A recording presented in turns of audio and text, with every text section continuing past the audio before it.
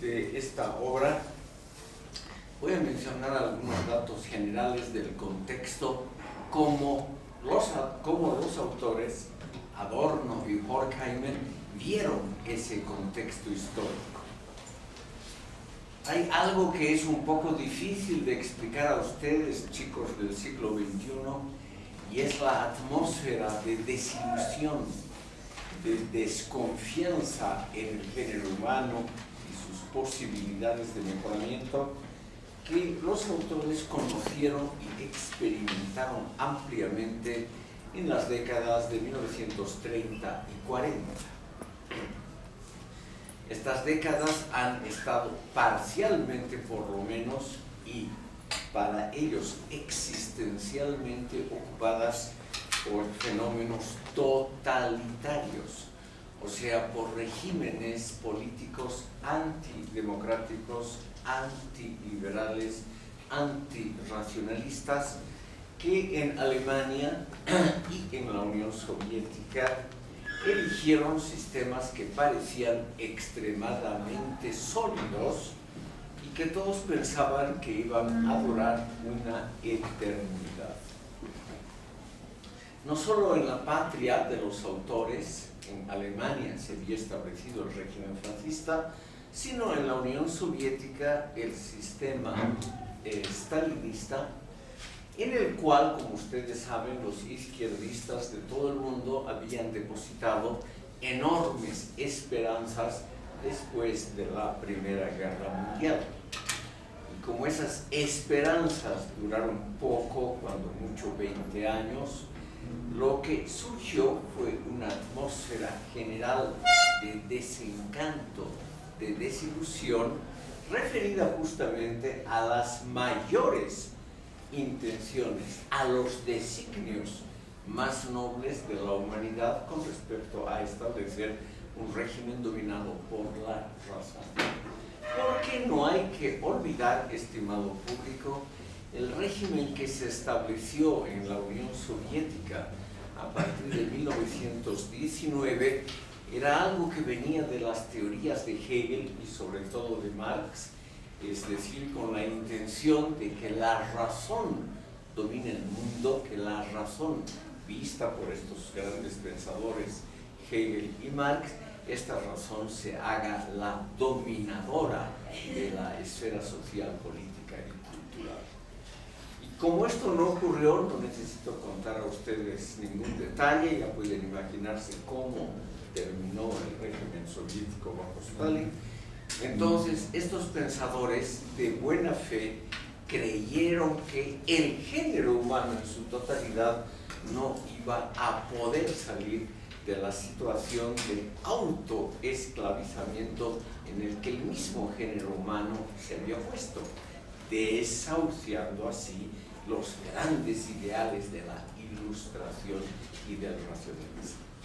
Entonces ya les he contado a ustedes el tema general de la dialéctica de la ilustración, que es la desilusión con la capacidad humana, con el potencial de la razón de mejorar el mundo aplicando principios racionales al gobierno de los diferentes estados.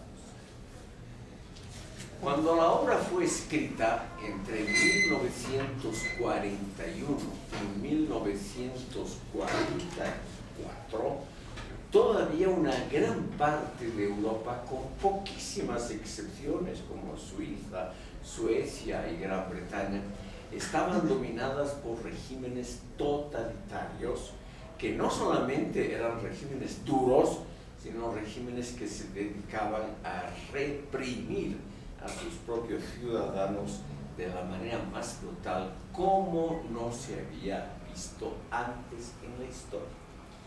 Permítanme por eso que termine esta visión del contexto con algo que los ha tocado a ellos personalmente. Horkheimer y Adorno eran de origen judío, aunque pertenecían ambos a familias no practicantes, es decir, a familias que en el pasado habían tenido un origen judío, es decir, una denominación religiosa diferente a las dos predominantes en Alemania, el catolicismo y el protestantismo, pero que como toda familia muy culta y muy rica, en el caso de Horkheimer, no se habían interesado para nada por la propia religión. Vivían como los miembros de la alta burguesía, dedicados a una vida a ganar dinero y a hacer cultura muy diferentes no muy diferentes a la clase alta alemana en general. Para ellos entonces, el hecho de que una pertenencia a la que ellos mismos atribuían una importancia ínfima, una pertenencia religioso-étnica de los antepasados, fuera decisiva para expulsarlos de Alemania, para meter a los parientes en campos de concentración, para gasificar a todos los amigos y parientes que no pudieron salvarse.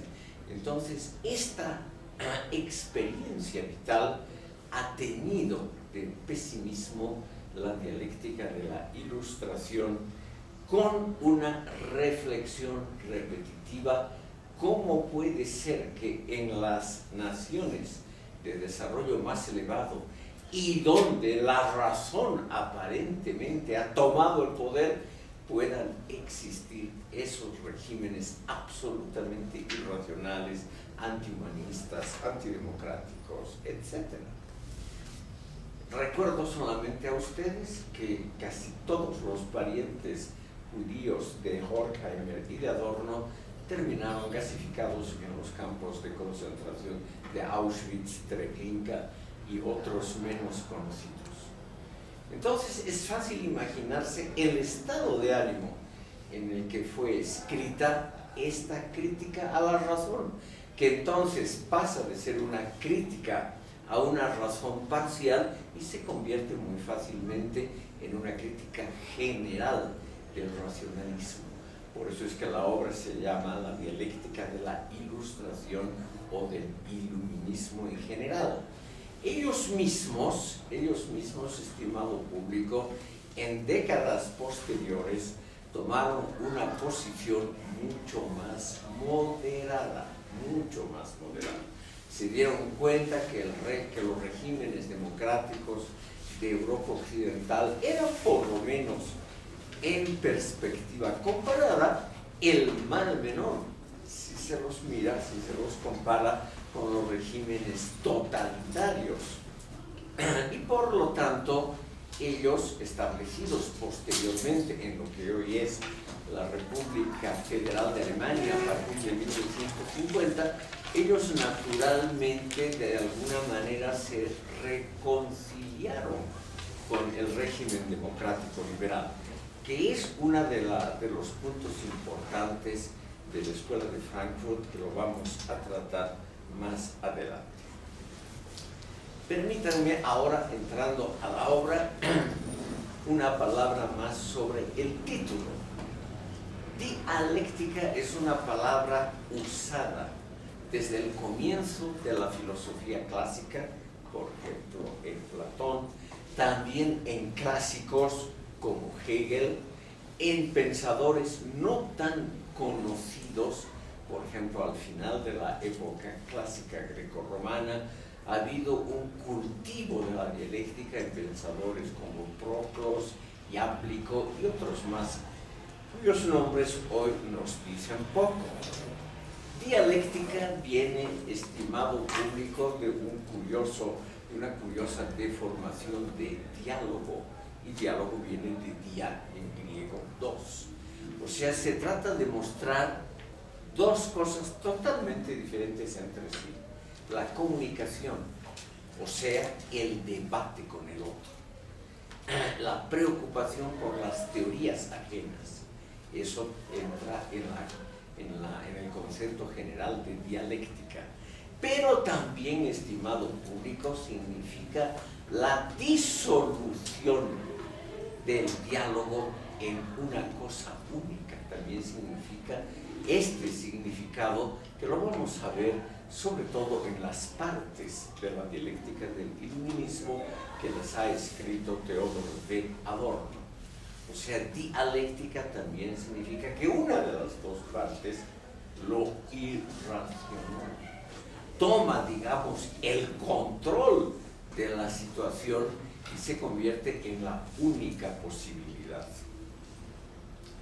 Entonces, estimado público, aquí tenemos una de las últimas obras de filosofía clásica escritas en la primera mitad del siglo XX, donde muy claramente se nota que la aplicación de estas teorías sobrepasa el ámbito de las ciencias sociales y de la filosofía, sobrepasa ese ámbito que la Escuela de Frankfurt después ha cultivado con mucho detalle, o sea, la separación entre ciencias sociales y ciencias naturales, y ha tratado de establecer una de las últimas teorías que podríamos llamar englobantes, o sea, que abarcan la totalidad del pensamiento y de la acción humana.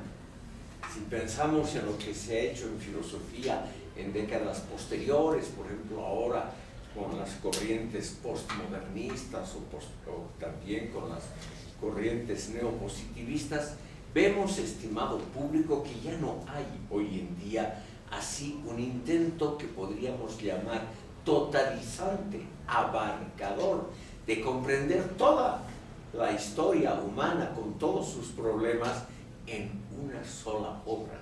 Es uno de los últimos intentos abarcadores, globalizadores en este sentido.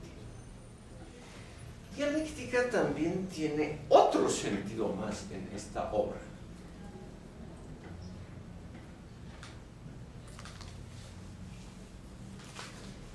Adorno y Horkheimer han notado, estimado público, que la lógica tradicional, por ejemplo la aristotélica, no basta para comprender la evolución humana. No es que la lógica aristotélica sea completamente echada a un lado, eso de ninguna manera. Solamente los autores quieren mostrar también los límites, una cosa típica de la filosofía, buscar los límites de un sistema de pensamiento. La lógica aristotélica, según estos autores, sirve sobre todo en el campo de las ciencias naturales para describir adecuadamente un fenómeno y no mezclarlo con otros. Por lo tanto, A es A y es diferente de B es B. O sea, son dos fenómenos diferentes que la capacidad humana de pensar tiene que discernir, diferenciar, distinguir entre ellos para comprenderlos adecuadamente. Pero aquí aparece un cierto tipo de fenómenos, los históricos, y estos fenómenos históricos no se pueden comprender mediante la lógica simple A es A y es diferente de B es B, porque tenemos fenómenos históricos que empiezan como A y terminan como B, o sea que hacen una evolución histórica, y esta evolución histórica es lo típico de los fenómenos estudiados por las ciencias sociales e históricas. Un caso elementalísimo es el caso de la Revolución de Octubre, que empieza en la Unión Soviética en 1917 como un régimen que trata de poner en el poder al pequeño proletariado obrero según la teoría de Marx, y al poco tiempo termina siendo un régimen relativamente tradicional en la tradición zarista, por ejemplo, de represión a la población y establecer una nueva clase alta que está naturalmente completamente fuera del control del pequeño proletariado de fábrica. Entonces, ese tipo de desarrollos donde un fenómeno en tiempo relativamente estrecho va cambiando y va modificándose de modo que se convierte en otro sin dejar de ser el mismo, era la misma gente que manejaba el régimen soviético. Entonces esto exige una lógica dialéctica diferente de la lógica tradicional aristotélica. Esta lógica histórica es la que impera en este libro, La dialéctica de la ilustración. El otro punto importante, que sobre todo depende de Adorno, se puede, como les dije al final de la sesión anterior, ver más o menos qué partes de la obra corresponden a cuál de los dos autores. Y en general se puede decir que los textos más difíciles, redactados en un idioma esotérico, pero al mismo tiempo poético, esos textos provienen de Theodor Adorno. En cambio, los textos de estructura lógica, gramatical, más simple y temas más delimitados, por ejemplo, el capítulo sobre la literatura del Marqués de Sade, eso proviene seguramente de Max Horkheimer. Quisiera mencionar el hecho muy importante, estimado público, que La dialéctica de la ilustración, este libro, que no llega a las 300 páginas, es de alguna manera también un antecesor de cómo hoy en las teorías postmodernistas se hace filosofía. Es un libro que empieza en forma clásica con un prólogo, que es como un resumen de todo el libro, es la parte más interesante del libro, el famoso prólogo, y al final el libro termina en pequeños excursos, no ligados entre sí, a veces de pocas líneas o de pocas páginas, o sea, se va diluyendo el texto, y está hecho así premeditadamente. Esto no es garantía de calidad, lamentablemente. Uno cree, siguiendo las modas actuales, qué bonito, el libro se diluye, qué estilo fantástico, debe ser algo muy notable, pero no siempre es así. O sea, el que un libro tenga un estilo diluyente no garantiza la calidad del contenido. En el libro hay de todas maneras 2 capítulos que los vamos a ver en esta sesión con algún detalle, que son el prólogo, los 2 de Adorno, el prólogo y el estudio sobre la industria de la conciencia, sobre la crítica a la sociedad de masas y a su cultura. Es una visión que siempre ha sido vista como aristocrática, o sea, no es una visión que dice la cultura popular es lo mejor, sino lo contrario. Entonces, estas pequeñas sorpresas, tal vez no son para ustedes sorpresas, son también las que vamos a ver en este libro. El libro, como les decía, es una de las últimas visiones de conjunto de la sociedad actual, como fue el hombre unidimensional un poco más tarde, del cual ya hemos hablado, porque este libro dice claramente no hay que analizar fenómenos aisladamente sin una vinculación, sin una conexión con la totalidad. O sea, no hay que analizar, por ejemplo, en el caso político, la situación de los partidos o del parlamento o de cualquier cosa así, sin tomar en cuenta la totalidad del régimen político donde está el fenómeno estudiado.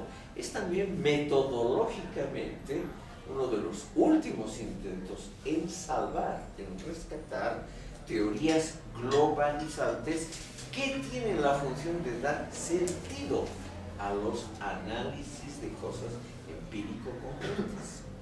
Entonces tenemos aquí una visión, un fresco, como se dice en arte, un fresco enorme que pinta, digamos, el mundo como era en 1940 en los estados altamente desarrollados, para que los fenómenos estudiados individualmente, la cultura de masas o cualquier cosa así, sea integrado en el análisis global. O sea, esa totalidad que hay que diferenciar de un régimen totalitario, esa totalidad sociopolítica es la que la dialéctica de la ilustración trata de mostrarnos.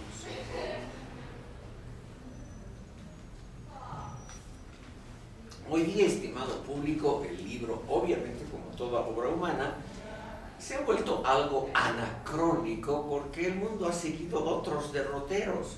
O sea, no vivimos en un mundo completamente totalitario, ni ni estamos en un mundo donde no hay la posibilidad de protestar o algo así. Esta misma clase es un ejemplo de que dentro de un régimen universitario dedicado a algo también hay pequeños nichos, pequeños espacios para pensadores, por ejemplo, como mi modesta persona, divergentes o diferentes, distintos de las líneas generales, de las modas que imperan. Este es un ejemplo interesante de cómo el mundo no ha seguido, no se ha desarrollado como lo han creído Adorno y Horkheimer con su visión extremadamente pesimista de la historia. O sea, el mundo no ha terminado todavía en un régimen totalitario donde no hay posibilidad del despliegue del individualismo y de rasgos específicos. En la obra, con esto termino la introducción general, la obra, estimado público, es un canto a la no identidad, palabra favorita de Theodor W. Adorno a partir de esta obra. En toda su producción posterior, Adorno menciona este fenómeno con extraordinaria insistencia, quiere decir que era muy importante para él, la no identidad. Esta palabra un poco confusa significa, estimado público, que hay que estudiar y hay que preocuparse por fenómenos que no son meros derivados, que no son meros apéndices que pueden ser explicados por una teoría general.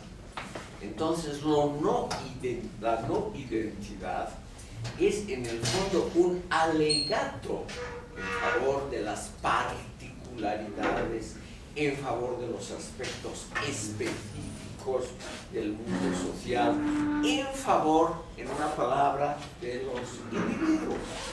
Y es por eso también que Adorno es considerado como uno de los inspiradores del postmodernismo actual por esta subinsistencia en contra de lo general, de lo abstracto, de lo englobante.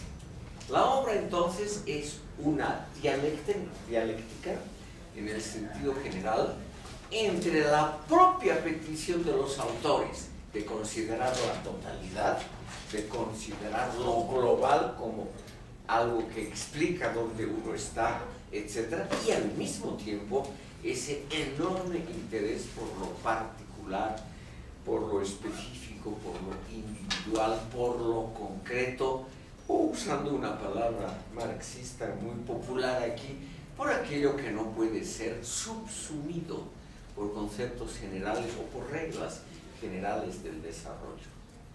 No es casualidad, estimado público, que esta obra es probablemente aquella que está más lejos del marxismo, al cual, sin embargo, Adorno y Horkheimer siguieron rindiendo hasta el fin de su vida una especie de homenaje tácito, es decir, de reconocimiento no explícito.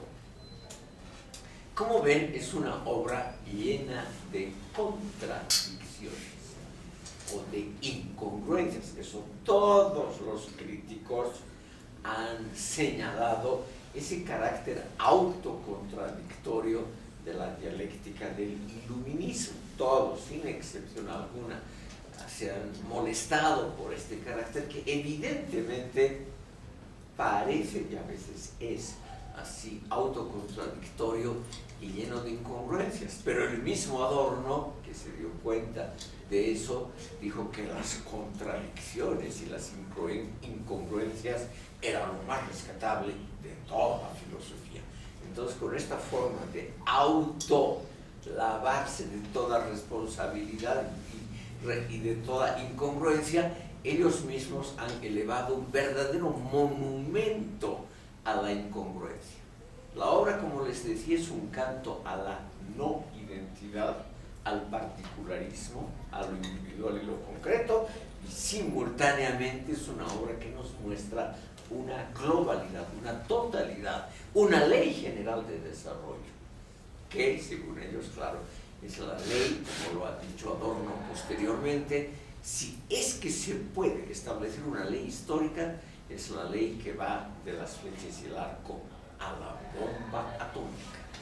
O sea, es una filosofía de la historia muy clara, la mayor capacidad del ser humano consiste en su labor de idear sistemas de destrucción o por lo menos explotación del prójimo.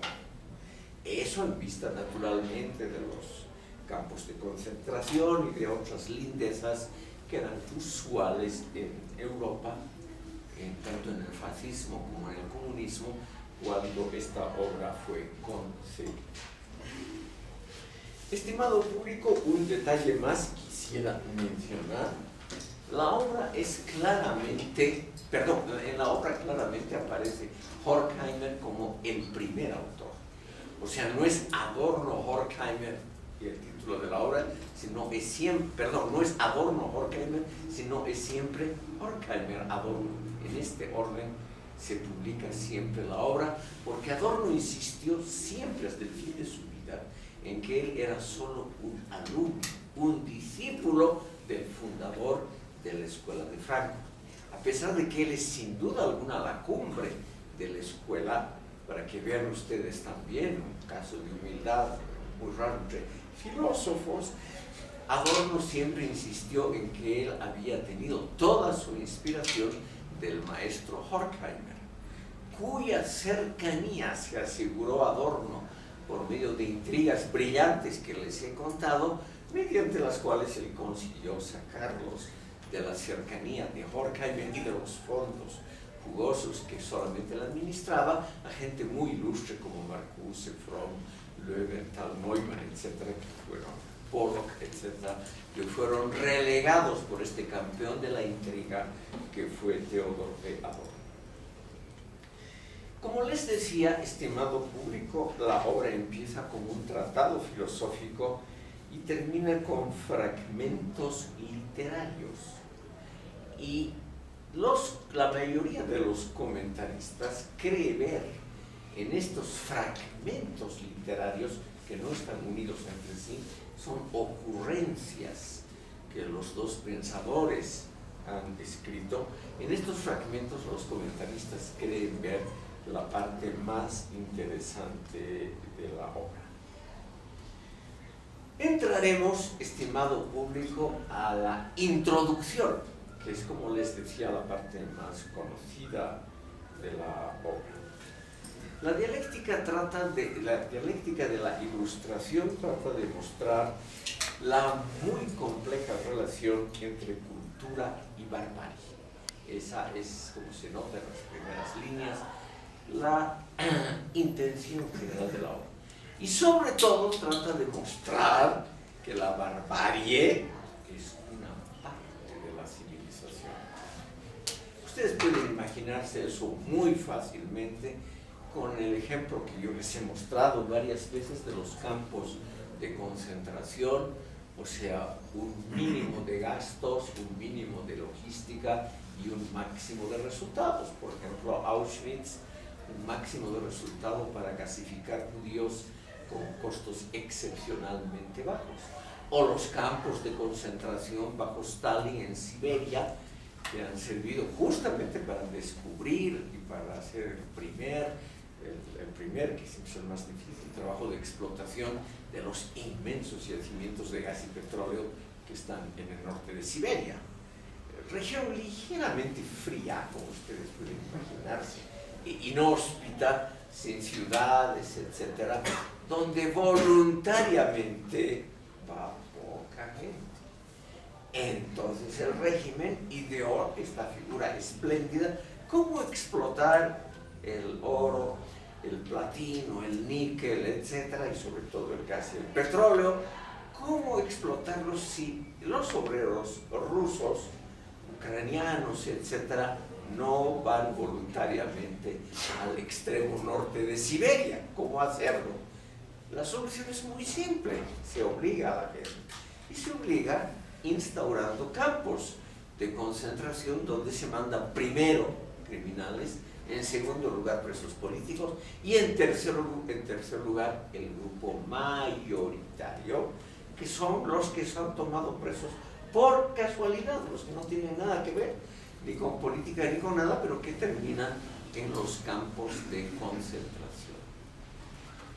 Adorno, estimado público, tenía un inmenso cariño, podríamos decir, un inmenso interés y respeto por un autor soviético que ha publicado todavía en forma legal en la Unión Soviética un libro que Adorno lo ha comentado muchísimas veces en forma posterior y que ha lamentado que no lo ha incluido en la dialéctica de la Ilustración, porque el libro apareció en 1962. Se trata de la obra, por eso les voy a contar un minuto el contenido, porque refleja espléndidamente bien en forma literaria el contenido de la dialéctica de la Ilustración.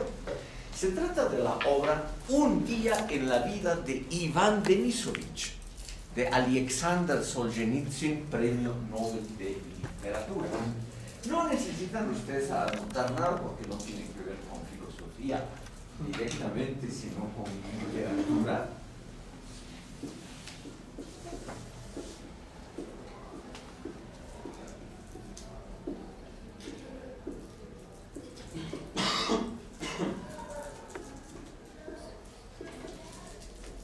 Hay muchas formas de escribir el nombre de este autor. Como son letras rusas, toda transcripción a otro alfabeto tiene problemas.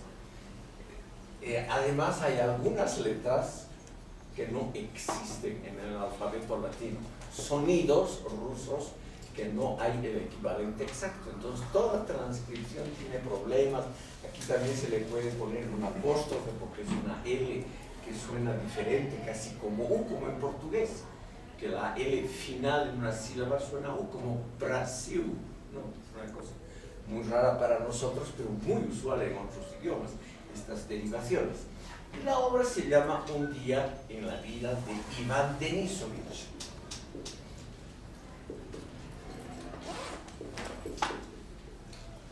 Lo grande de esta obra, estimado público, es que la novela trata un día positivo, un día bueno, no un día en que es torturado y que Iván Denisovich sufre mucho, un día que hace mucho frío ahí en el campo de concentración, nada de eso. Es un día excepcionalmente positivo, un día feliz. Y sin embargo es la descripción de cómo una persona que esté en un campo de concentración, justamente donde se trabajan las materias primas que hicieron grande a la Unión Soviética y ahora a Rusia, cómo esa persona tiene enormes problemas para sobrevivir y cómo conseguir un granito más de azúcar, una rajadita de mantequilla, cosas así, realmente alegran la vida de un día y pueden significar la diferencia entre morirse de frío o sobrevivir. O sea, las pequeñas cosas de la vida cotidiana. ¿Por qué? Y aquí viene el ejemplo de la racionalidad, específicamente, estimado público, de los medios. La racionalidad instrumental en su máximo esplendor. Estos campos costaban poquísimo al Estado soviético, o sea, no era de ninguna manera un gasto enorme en dinero, en recursos, en gente, sino que costaban muy poco. Era extraordinaria la ganancia que se derivaba de estos campos de concentración. Entonces, aquí viene cómo es la razón instrumental en la práctica. La gente tenía en parte que sobrevivir con la propia astucia aplicada. Cómo se roba unos pocos gramos de arroz del almacén central que está vigilado por soldados. Pero cómo se puede burlar eso. Todos esos detalles que no voy a mencionar a ustedes, pero que son el 99% de esta gran novela, nos muestra que el régimen soviético, con un espléndido uso de la razón instrumental, pocos gastos, mucho beneficio, y cómo la gente, porque eran en parte intelectuales, profesores, maestros de escuela, toda persona que pensaba un poquito corría el riesgo de terminar en un campo de concentración.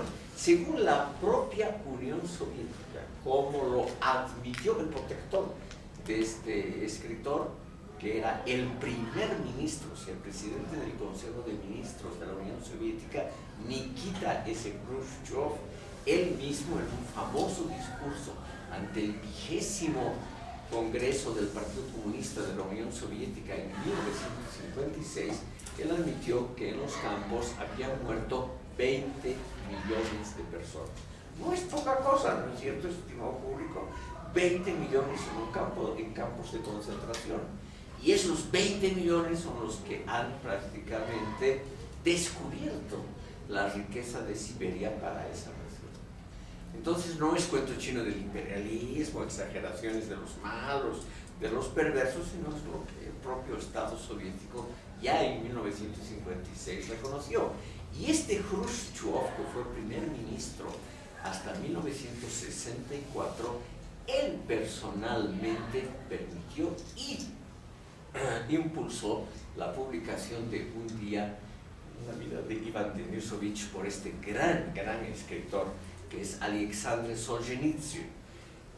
Yo les aconsejo que ojeen, no que lean las obras, eso es mucho, pero que alguna vez lean alguna obra de este autor, por ejemplo, El pabellón de cancerosos o El primer círculo del infierno o Agosto de 1914, para que simplemente vean ustedes cómo se puede hacer una gran literatura basada sola y exclusivamente en el sufrimiento y en el dolor de los otros.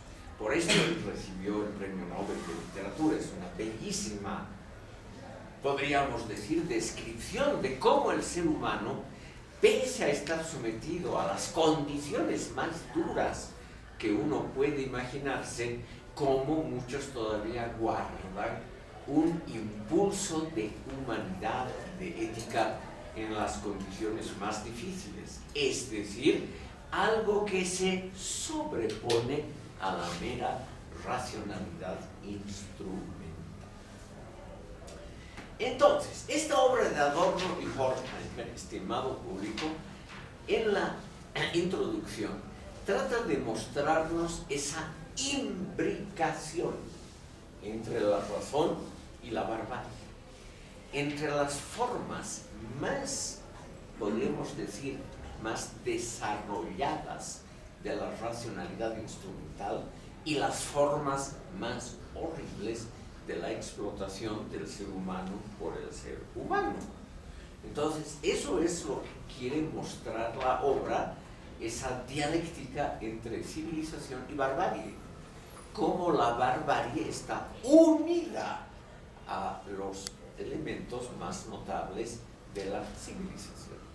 Como nosotros mismos, y esto es algo que no va a gustar a ustedes, como nosotros mismos también podemos ser terriblemente bárbaros y duros, y al mismo tiempo podemos ser poetas, cantautores, escritores, etc. En una sola persona puede darse este fenómeno.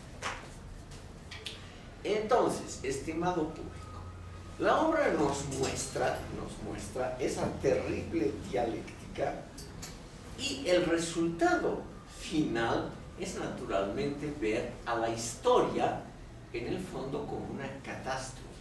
Por eso les decía que es la visión contraria al optimismo historicista de Marx, Hegel y de muchísimos pensadores en el mundo, también los marxistas latinoamericanos, que están naturalmente en las antípodas de esta concepción pesimista de la historia.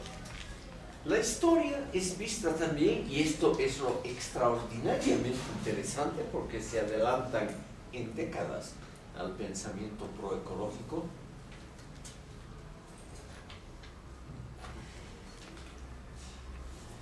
La historia también nos muestra, la obra también nos muestra que la historia humana es la historia del aprovechamiento, pero al mismo tiempo del aprovechamiento brutal de la naturaleza.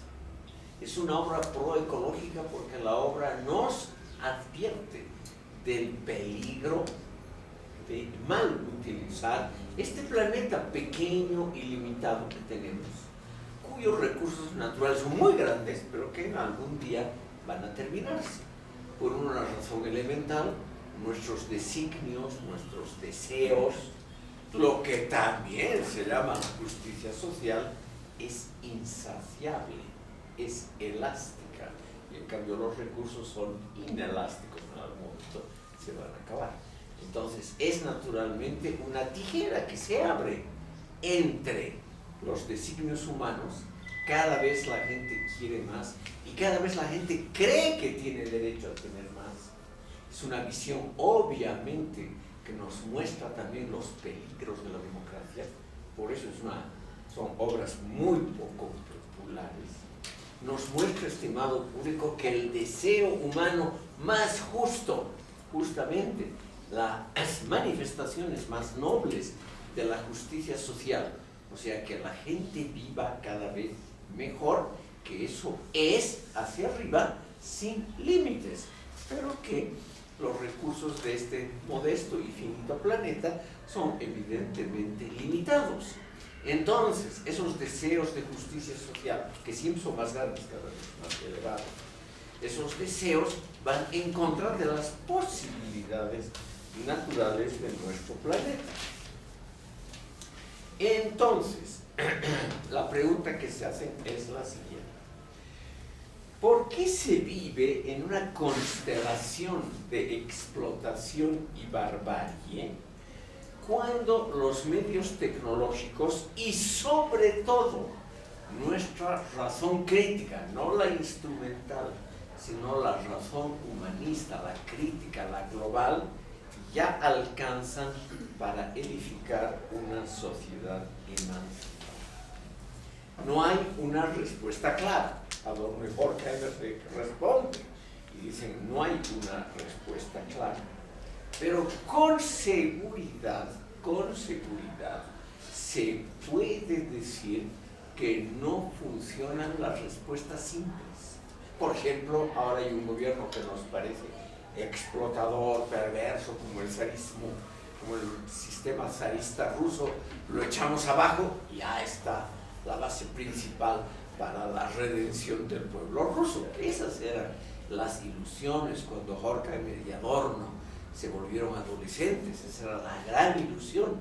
Terminado un gobierno, un régimen excepcionalmente explotador, que ahora naturalmente está hecho el principal, está terminada la principal etapa para instaurar un gobierno racional humanista. Y eso no pasa. Entonces, estimado público, la pregunta es: ¿falla el ser humano? ¿Falla la teoría? O sea, las teorías como la marxista resultan ser demasiado optimistas y demasiado simples para captar un mundo altamente complejo. Esa serie de preguntas globales que son muy interesantes para la filosofía de la historia, y son las que se hacen Adorno y Horkheimer en la introducción de esta obra. Sobre todo se nota, estimado público, una crítica a esa tendencia muy generalizada en los años 20, 30 y 40 a explicar todo mediante esquemas relativamente simples, pero que parece que pueden dar cuenta de la realidad humana, como la dialéctica entre fuerzas productivas y relaciones de producción, la famosa dialéctica marxista que hace avanzar la historia. Y aquí Adorno y Horkheimer muestran cómo el progreso material, justamente el progreso tecnológico y organizativo, como se muestra en los campos de concentración, puede ser usado para perpetuar las relaciones de explotación. O sea que no hay ninguna garantía de que el desarrollo tecnológico realmente nos lleve a etapas superiores, a etapas más racionales de la convivencia humana. Entonces, ven ustedes, aquí lo interesante es que ellos no proponen ninguna solución. En todo el libro, estimado público, no hay absolutamente ninguna propuesta positiva, pero absolutamente nada. No le dicen a uno, bueno, a lo mejor sería un régimen intermedio, o a lo mejor sería volvernos más al conocido capitalismo, nada de nada. Solamente estos autores muestran la problemática, pero no nos dan, y eso es lo deprimente, no nos dan ninguna pauta clara para mejorar el mundo, ninguna. O sea, ellos dicen la dialéctica de fuerzas productivas y relaciones de producción no basta para explicar la complejidad del mundo moderno, del mundo actual. Me pregunto cómo puede ser Jorge Jaime Lladó